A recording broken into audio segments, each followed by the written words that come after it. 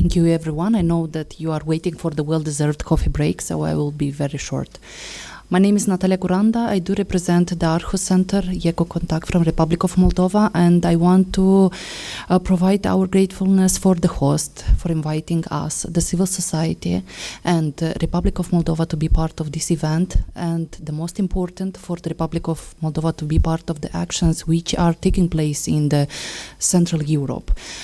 We know all that we had many challenges and crises which are happening now, and even at the neighborhood country in Ukraine, which lost some of the focuses of our work, unfortunately, but the climate change should gather all of us together in order to fight for one thing, which is the future generation that we want to have the same resources, the same conditions that we do have now.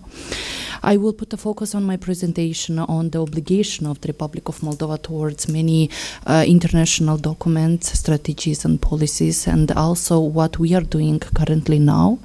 And also I want to share one small study case on how the national policies are implemented at the local level by the CCOs. If we discuss about the main documents which Republic of Moldova has at the national level, then we have the SDGs, which in 2022 it was considered the index ranking or score as 73.9. And the level of implementation, it was stated as challenging, and there are a lot of stagnation towards the implementation international policies. We have the association agreement, which resulted with a very comprehensive report this year, and some recommendation for the Republic of Moldova what should do next.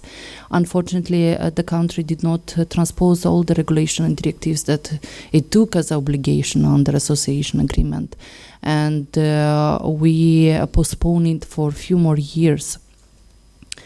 We have the NDCs and the targets which Republic of Moldova provided as more higher indicators than the previous commitments. They want to reduce or to try to reduce the greenhouse gas emission by 70% compared with 64% which was initially provided by the country.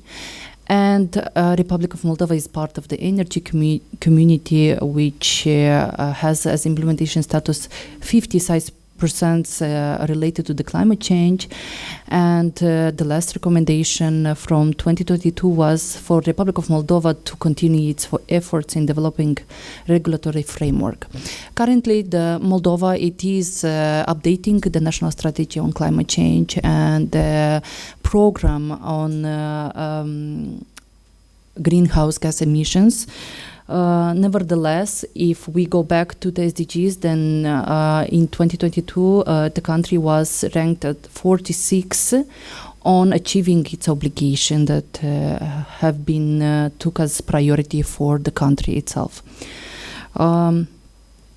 As I mentioned, we do have two main documents which are in the process to be updated, and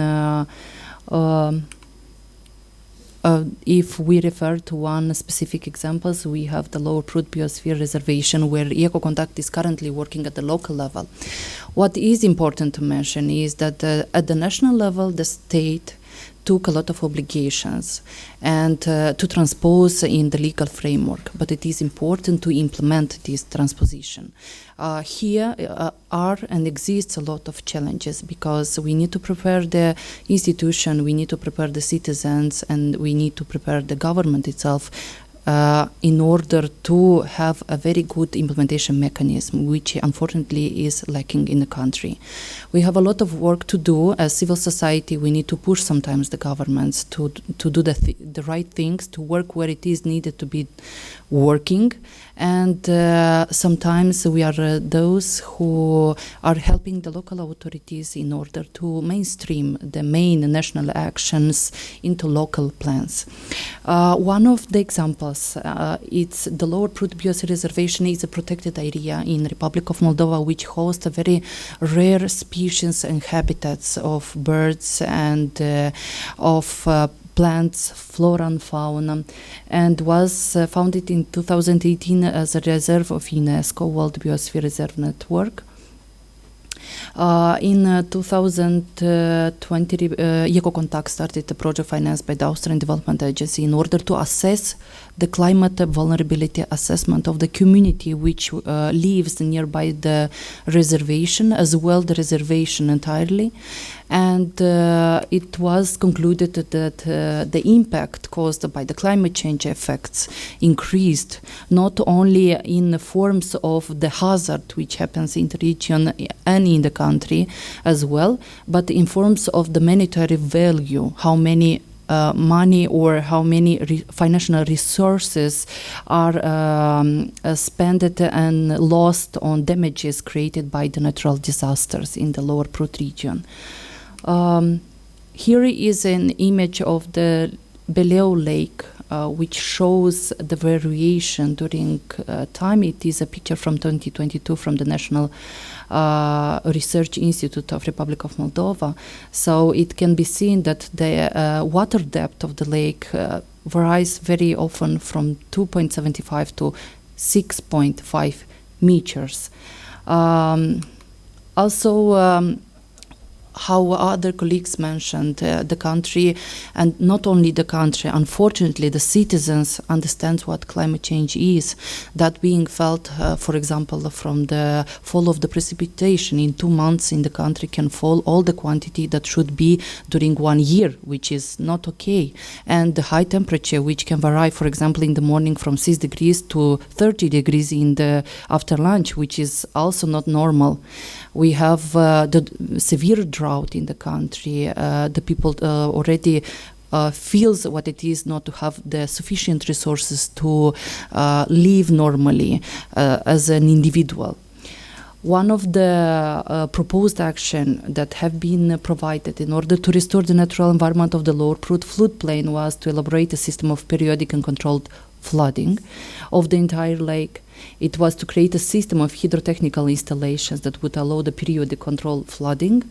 And also it was proposed to be elaborated automated computerized monitoring of species and migration. The current document, it is online on issue. It can be accessed by everyone. It is called Climate Vulnerability Assessment in the Lower Prut.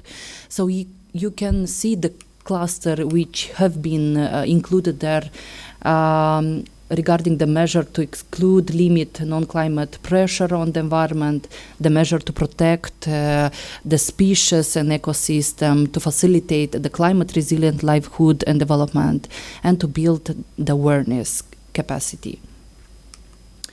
Some of the measures that already have been done in order to provide a good example of how a plan can be implemented at the local level, it is the forestation activities and the energy efficiency activities done in the region. We all know that the last year it was a very complicated one, especially for the Republic of Moldova, who understood very well that energy it's a sensible aspect, and the country it is dependent of the neighbors in order to have access to energy.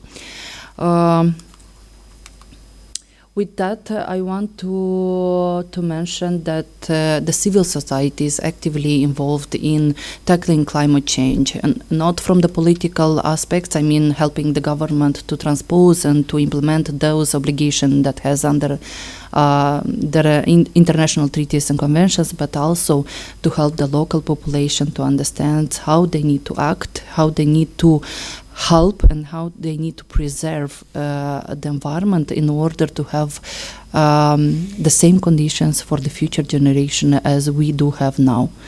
Thank you, everyone, and I hope that I managed to be in time. Thank you.